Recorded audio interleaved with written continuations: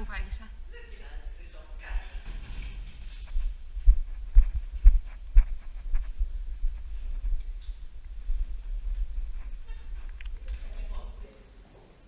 Κοριτσιά, βγήκε η προκήρυξη την πρακτική άσκηση φέτος. Να, την είδα το πρωί. Ποιοι είναι οι φορείς φέτος, ξέρουμε? Μουσείο, βιβλιοθήκη, εκδοτικός οίκος. Το σχολείο? Ναι, πάντα είναι. Και το διπεθέ. Το διπεθέ, τι είναι το διπεθέ? Πολύ καλή ερώτηση, Φένια. Η απάντηση όμως δεν είναι απλή. Ας τη δούμε στα επόμενα 3 κεφάλαια. Κεφάλαιο 1. Τι είναι το διπεθέ?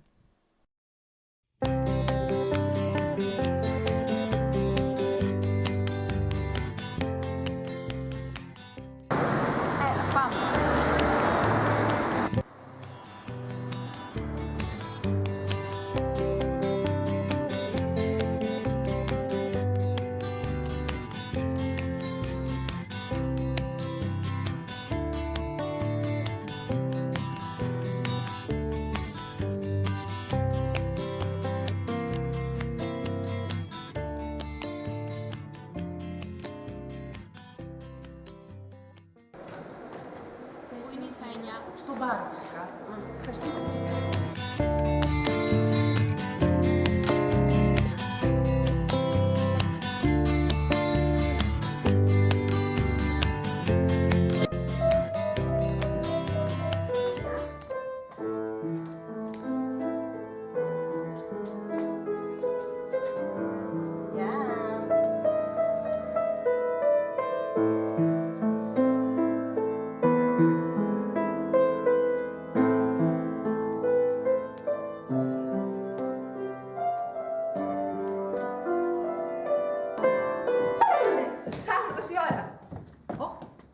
Πρώτη μέρα στη δουλειά, θες να έρθεις να σου δείξουμε τι κάνουμε? Λοιπόν, θα έρθω μετά πάνω. Έλα.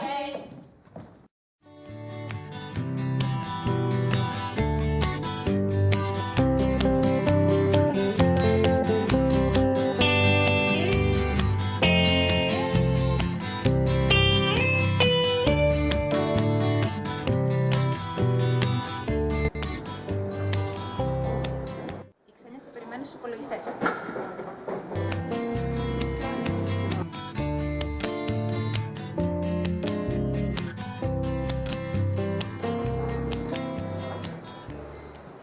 Ήρθες. Έλα να σου δείξω τι κάνουμε στην παραστασιογραφία.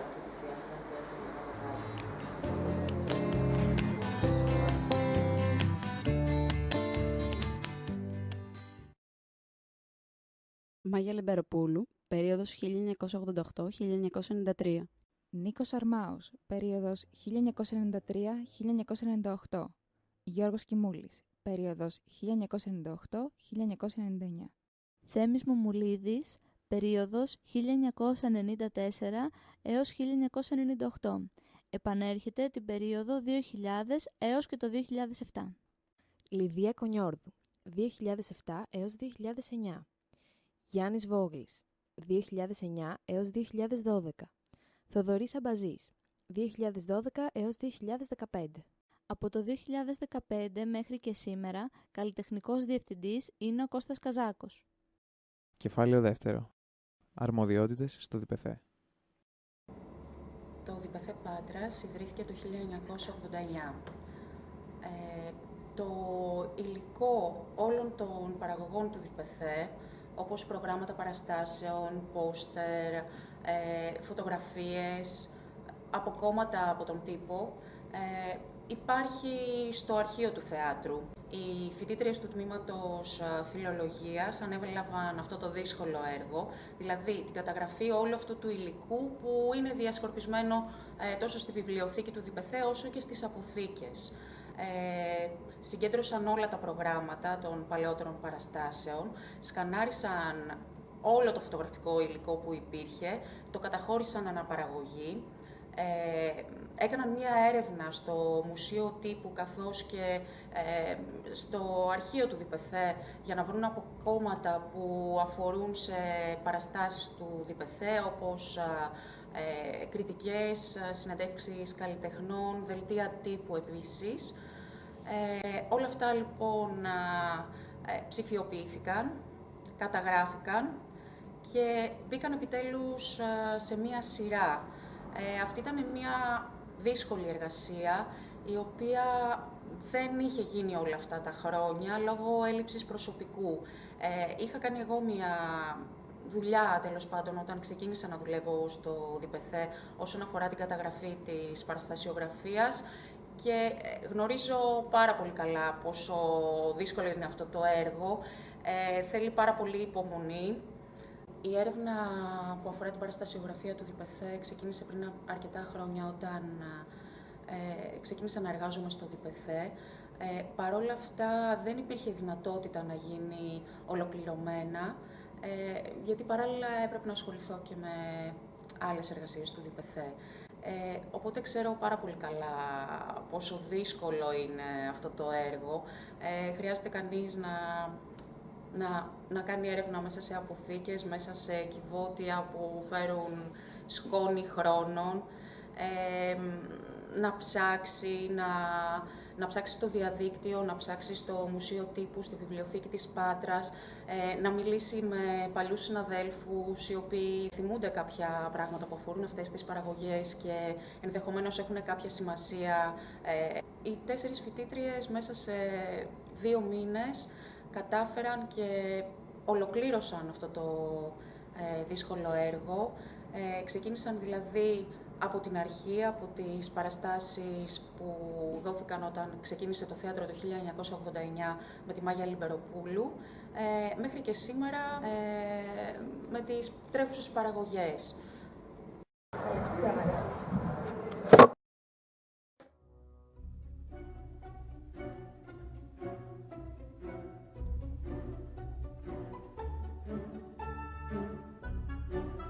Έλλη! Ναι! Έλλη! Ναι!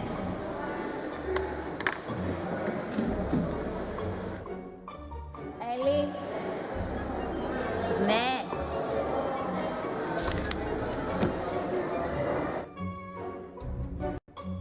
Έλλη! Ναι!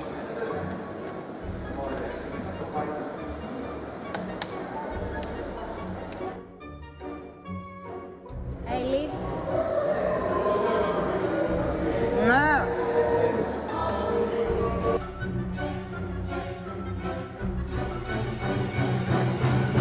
Έλλη! Ναι!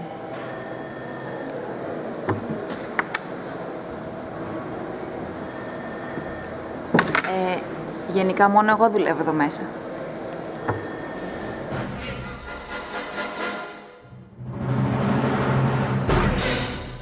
Εγώ είμαι υπεύθυνη στο γραφείο τύπου, στο κομμάτι δηλαδή της επικοινωνίας, στην προβολή και στις δημόσιες σχέσεις του ΔΠΘ Πάτρας. Οι φοιτήτριες του τμήματος φιλολογίας που συνεργάστηκα μαζί τους βοήθησαν σε όλα αυτά που κάνει το τμήμα μας, δηλαδή στην αρχαιοθέτηση, των δελτίων τύπου, στην αποδελτίωση, σε όλα δηλαδή αυτά που γράφονται στις εφημερίδες, στον τοπικό και στον αθηναϊκό τύπο και στον ηλεκτρονικό. Επίσης οργάνωσαν εξαιρετικά τη βιβλιοθήκη του ΔΠΘ Πάτρας, κατέγραψαν το υλικό και νομίζω ότι με τον τρόπο τους και με τη δουλειά τους συνέβαλαν στην καλύτερη λειτουργία αυτής της περίοδου του θεάτρου. Ήταν έτσι μία αμφίδρομη σχέση και εγώ έμαθα πολλά από τα παιδιά και τα παιδιά ίσως από το δικό μας τμήμα και πραγματικά θέλω να τα ευχαριστήσω και να ελπίσω ότι κάποια στιγμή θα συνεργαστούμε και κάτω από άλλες συνθήκες. Έχουμε δει στοιχεία από την ιστορία του ΔΠΘ, τις εργασίες που γίνονται σε αυτό και τώρα, κεφάλαιο 3. Τι είναι πραγματικά το ΔΠΘ. Είναι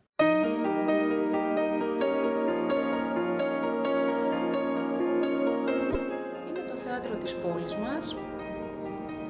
Θεωρώ δηλαδή ότι δεν είναι ένα θέατρο σαν όλα τα άλλα, είναι ένα θέατρο που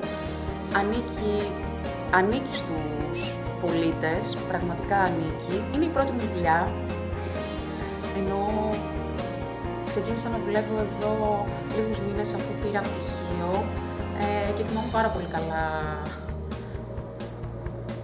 τους πρώτους μήνες. Θέλω να πω, είναι μαγικό. Και με μία λέξη. Χαρά. Ζωή. Έκφραση. Οικογένεια. Θεσμός. Τα πάντα. Εκτόνωση. Ένας τρόπος να δείχνω φαντασία. Είναι ένας χώρος δημιουργίας, χώρος ψυχαγωγίας, εκπαίδευσης. Επομένως καλύπτει ένα μεγάλο μέρος της ζωής μου. Ηλία. Τι είναι για σένα διπεθέ? Από κάποιο θέμα. Είναι ή δεν είναι? Το θέατρο είναι πρώτα απ' όλα σχολείο. Και καταφέραμε με αυτόν τον τρόπο και με την πολιτική που ασκήσαμε ως ΔΠΘ, ως Δήμος της Πάτρας, να μπει κόσμος στο θέατρο για πρώτη φορά. Ο ρόλος του τοπικού θεάτρου εδώ πρέπει να είναι μια εκστρατεία παιδείας. Να καλύψει δηλαδή τα κενά που αφήνει η εγκύκλειος παιδεία στους ανθρώπους.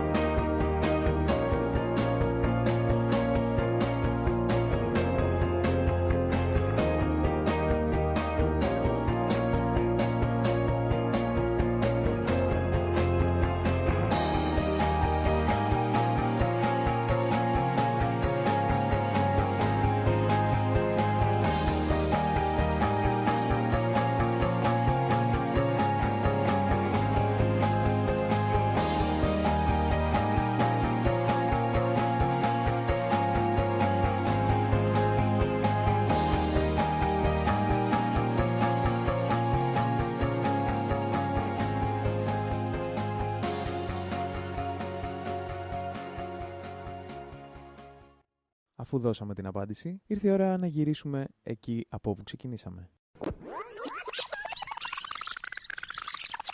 Θυμάστε, όταν η Έλλη άργησε στο μάθημα της κυρίας Καρακάτζα.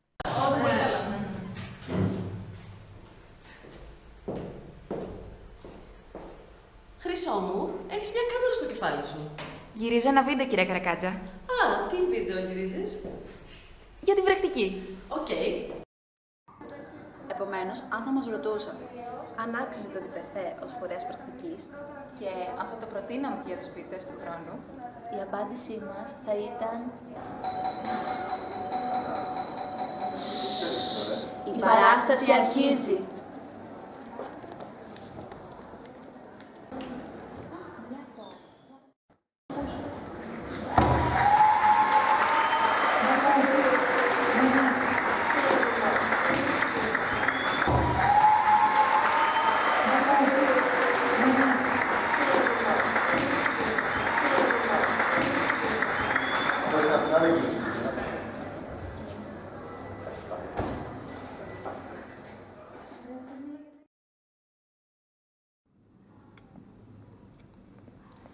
Εντάξει, ναι θα λέγαμε.